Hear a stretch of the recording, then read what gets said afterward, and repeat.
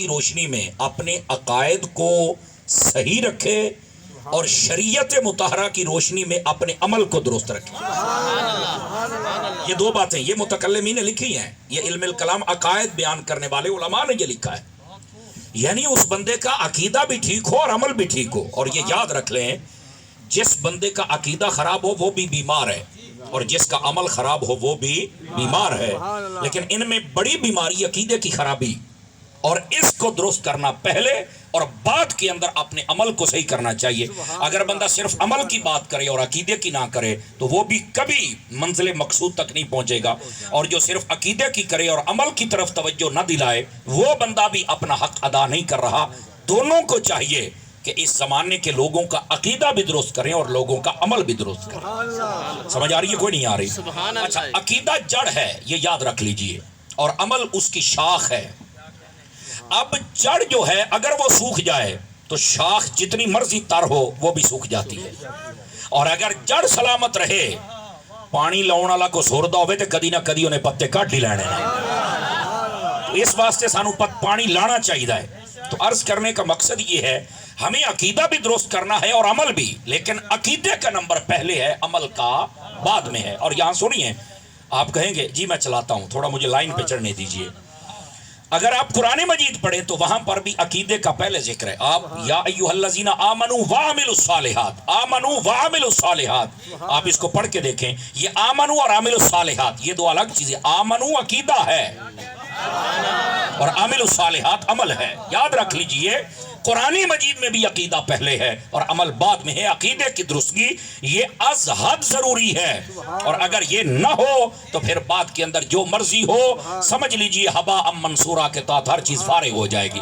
وہ مثل عنکبوت ہے وہ ایک مکڑی کا جالا ہے بظاہر بہت بڑا ہوگا ایک ہوا دی سٹ پینیاں تے جالے انہیں کدائیں تے مکڑی ہو رہی کدائیں. فرنٹ سیٹوں والے سبحان اللہ کہہ سکتے ہیں آپ. سمجھ آ رہی ہے؟ تو اس واسطے اپنے عقیدے کو پہلے درست کریں اور بعد میں اپنے عمل کو بھی درست کریں. یہ دو چیزیں ضروری ہیں. تو متکلمین کہتے ہیں ولی وہ ہوتا ہے جس کا عقیدہ بھی ٹھیک ہو اور جس کا عمل بھی ٹھیک ہو. یہ دونوں چیزیں ٹھیک ہونی چاہیے. یاد رکھ لیجئے دوستان گرامی. اب آ جائیے اگلی بات تھوڑی سی میں عرض کروں کہ یہ جو اللہ کے ولی ہوتے ہیں ان کے بارے میں جو علماء نے تشریحات کی وہ تو الگ بات ہے. قرآن مجید میں اللہ نے یہ بات ارشاد فرمائی اور صرف ایک جگہ پہ نہیں دوسرے مقام پہ میرا رب فرماتا ہے ان الذین آمنوا وعملوا الصالحات سیجعل لهم الرحمن ودا. فرمایا بے شک وہ لوگ جو ایمان لائے اور نیک اعمال کیے. اس کی تفسیر میں علماء مالک سے مراد ولی ہیں جو دوام اور استقامت اختیار کرتے ہیں. فرمایا اللہ تعالیٰ ان ولیوں کی محبت لوگوں کے دلوں میں ڈال دیتا ہے. اور یہ ایک حدیث شریف بھی ہے یہ صحاح میں موجود ہے. فرمایا جو بندہ اللہ کی بارگاہ میں مقبول ہو جائے اور اللہ اس سے محبت کرے اللہ جبرائیل امین سے فرماتا ہے زمین میں اعلان کر اس سے رب بھی محبت کرتا ہے لوگوں تم بھی اس سے محبت کرو. فرمایا پھر وہ لوگ اسے محبت کرنا شروع ہو جاتے ہیں. آج جتنے ولیوں سے لوگ محبت کرتے ہیں نا اور یہ آپ کو شاید کئیوں کو آپ 11ویں والا پیر کہتے ہیں غوث اعظم کہتے ہیں. یہاں پر بھی ایک تعداد ہوگی جن کو غوث اعظم کا بھی صحیح نام نہیں آتا ہوگا. ان کا نام شیخ عبد القادر جیلانی ہے لیکن نہیں پتا. اس کے باوجود جب نام آئے تو خوش ہو جاتے ہیں سینے میں ٹھنڈ پڑتی ہے. ایسا ہی ہے نا جی. وجہ کیا ہے وہ اللہ کو راضی کر گئے وہ ولی ہیں ان کی محبت اللہ نے لوگوں کے دلوں میں ڈال دی. سمجھ آئی؟ تو نیکوں کی محبت کا دلوں میں ہونا اس بات کی دلیل ہے. ایک تو یہ کہ ہمارے لیے یہ سند ہے کہ ہم ان صحیح لوگوں میں ہیں. صحیح ہیں تو تبھی دل میں محبت ہے نا. اگر غلط ہوتے تو ہمارے دل میں محبت کہاں سے آ جاتی. اللہ فرماتا نیکوں کی محبت میں ڈالتا ہوں. اور دوسری بات یہ ہے وہ سارے نیک اور ولی ہیں تبھی تو ان کی محبت ہے. کسی بھنگی چرسی اور نشئی کی محبت کیوں نہیں ہے؟ آواز کمزوروں والی آپ حضرات اس بات کو سمجھنے کی کوشش کریں. یہ ہمارے لیے بھی سند ہے اور ان کے لیے بھی سند ہے. وہ بیٹھے ہو آج سمجھنے کی کوشش فرمائیں آپ حضرات. یہ دوسری جگہ پہ ہے. اب تیسری جگہ پہ بھی سن لیجئے. قرآن مجید میں اللہ رب العزت فرماتا ہے الاخلاء یومئذ بعضهم لبعض عدو الا المتقین.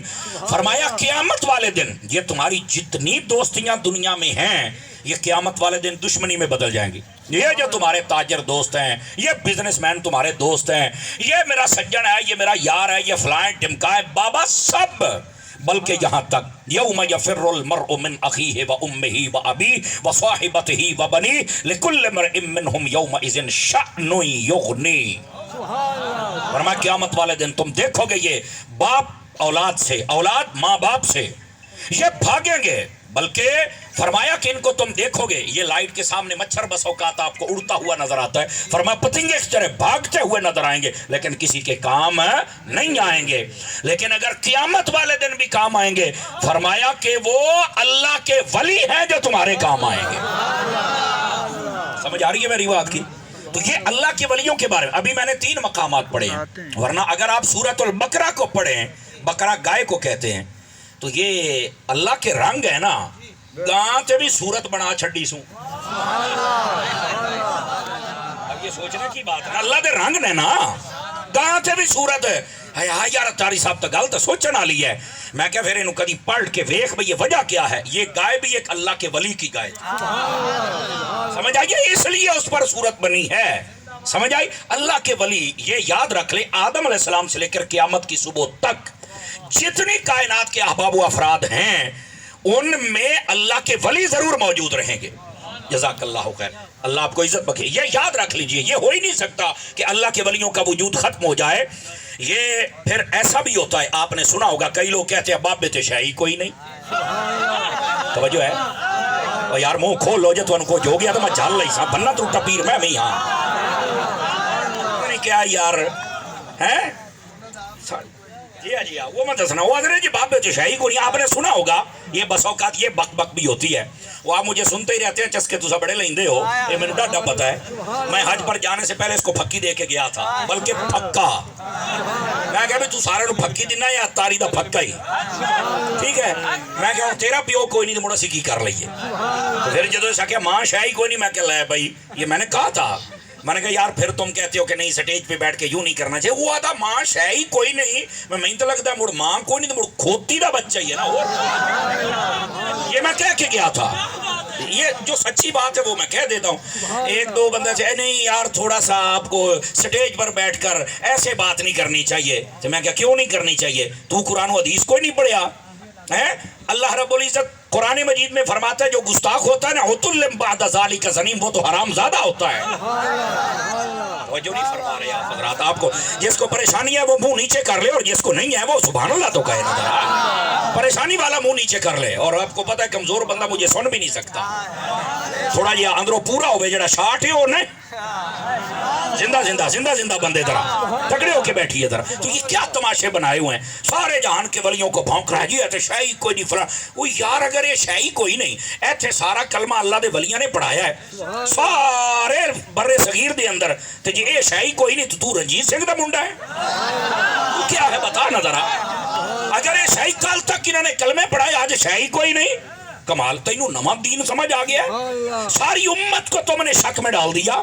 تو کیا خیال ہے پوری امت کو دین سمجھ نہیں آیا؟ یہ سارے کافر مشرک ہیں، ایک کو تو مسلمان جمع ہے. تو جو ایڈا ہی مسلمان ہے تو برف کے کارخانے بیٹھا ہے، وڈ کے مر نہیں باہر نکل کو لوگ کروں تبلیغ کر. نبی پاک صلی اللہ علیہ وسلم طائف دے جاندے نے پتھر تک کھاتے دین واسطے، تے تو ایسیا تے بیٹھا ہے باہر نکلنا پوترے. ٹینشن ہی لے گئے ہو یہ کیا تماشا بابے چاہی کوئی نہیں. ہوں تیرا نہ ہوئے تو میں کی کروں. اب سمجھ آ رہی ہے آپ حضرات کو؟ او گرامی قدر حضرات ادھر دیکھیے، بخاری شریف ہے، ویسے کہتے ہیں بخاری 259 انی دیا بھی 10 ہے. اتنا کہ میرا حق بنتا ہے کسی کو اچھا نہ بھی لگے تو میں کہوں گا جو کو بیٹھا نا تھا پھال بر تو میں دسو تھوڑی جا ہو رینچ ٹیٹ کرا آگے انہوں پتہ لگے گڑیا چبل نو سندا رہنا ہے. مینوں ایک بندے نے آکے حضرت جی تو سانو سکولی جی گل دسو بھی اسی انہوں چھڑ جائیے. میں کہا دیکھو جی نبی پاک آئے سن تربیت واسطے. اخے جی جی میں کہا جی نبی پاک علیہ السلام نے آکے کیا سکھایا ہے؟ نبی پاک نے یہ آکھا کہ پہلے نبی تے شاہی کوئی نہیں، یا پہلی امت دے ولی شاہی کوئی نہیں، یا وہ ہے نہیں کوئی نہیں. یا نبی پاک نے کوئی ادب محبت پیار والی تعلیم نہیں. نبی پاک علیہ السلام ساڈے دین دے اندر تسی پہلے کسی نبی دا انکار ہی نہیں کر سکتے. محبت ہے، پیار ہے، امن ہے. ساڈے دین دے اندر بڑی شفقت ہے. تو میں کہا یہ کون ہے؟ بھئی جیڑا نہ صحابہ نو صحیح طرح منتا ہے، نہ اہل بیت نو، نہ ولیاں نو، نہ کسی عالم نو، نہ دیوبندی وہابی شیعہ سنی شیعی کوئی نہیں، ہوئے کیس ہے جے دی تقریر سن کے نہ تو گھر درہ میں نہ گھار درہ میں دھوبی دا بنے کتا تینو فائدہ کی ہے؟ انہیں کہا جی سانو سمجھ آ گئی ہے۔ اور میں کیا کسی حق دا ہو کے تا مر جانا؟ کیا بات ہوئی جناب؟